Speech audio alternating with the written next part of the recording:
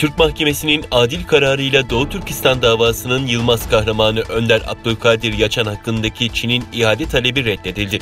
Doğu Türkistan STK'lar Birliği Başkanı Hidayet Oğuzhan sosyal medya hesabından yaptığı açıklamada 15 yıldır Türkiye'de yaşayan ve 2016 yılında tutuklanarak ev hapsine hükmedilen Doğu Türkistan mücadelesinin lideri, kanaat önderi Abdülkadir Yapcan bugün Çağlayan Adliyesi'nde hakim karşısına çıktı.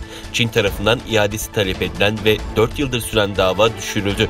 Türk adaleti Çin'i hezeyana uğrattı ifadesini kullandı. Kanaat önderi Abdülkadir Yapcan kararla ilgili olarak bugün Çin'in bize yönelik suçlamaları, Doğu Türkistan halkına yönelik komploları boşa çıktı. Çin'in Doğu Türkistan'daki varlığına ve Doğu Türkistan'daki soykırıma karşı birlikte çalışmalıyız dedi.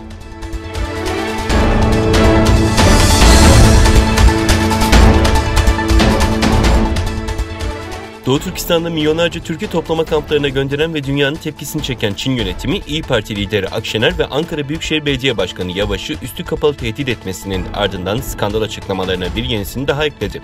Çin'in Ankara Büyükelçiliği'nin ardından Çin Dışişleri Bakanlığı sözcüsü, Türkiye'de bazı kişilerin teröristleri ve Çin içinde ayrılıkçılığı teşvik ettiğini ileri sürerek tehdit dilini sürdürdü.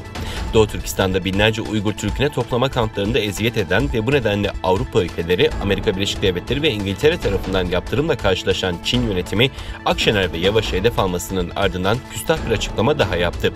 Çin Dışişleri Bakanlığı sözcüsü, Türkiye'de bazı kişilerin teröristleri ve Çin içinde ayrılıkçılığı teşvik ettiğini ileri sürdü. Pekin'de günlük basın toplantısında konuşan sözcü, umarız Türkiye'de her kesimden insanlar Çin'in ulusal egemenliğini ve toprak bütünlüğünü koruma yönündeki katı pozisyonunu doğru, mantıklı ve objektif bir biçimde görebilir dedi.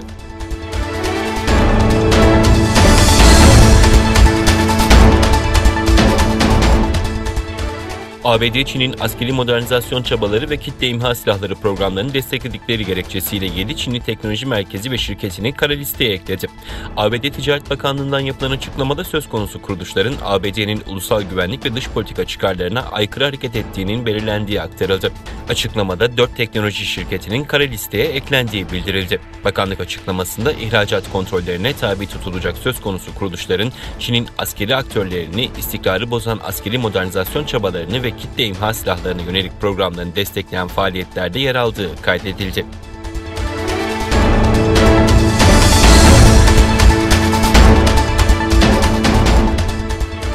Çin, ABD donanmasına ait USS John McCain muharip gemisinin Tayvan Boğazı'ndan geçmesini protesto etti.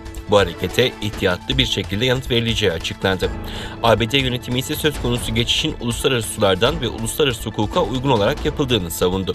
ABD Dışişleri Bakanlığı sözcüsü, Tayvan'a olan bağlılığımız çok sağlam. Bunun Tayvan Boğazı genelliğinde ve bölgede barış ve istikrarın korunmasına katkıda bulunduğunu düşünüyor ve biliyoruz.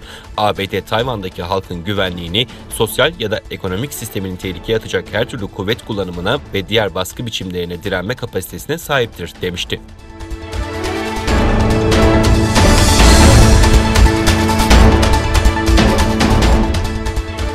İran yönetimi 4 Ocak'ta çevre kirliliği oluşturduğu gerekçesiyle el koyduğu Güney Kore bandıralı petrol tankerinin serbest bırakıldığını duyurdu. İran Dışişleri Bakanlığı sözcüsü Said Hatipzade konuya dair devlet medyasına açıklama yaptı. Sözcü, Seul ve gemi sahibinin talebi üzerine İran yargısının Güney Kore bandıralı petrol tankerinin serbest bırakılmasına karar verdiğini belirtti.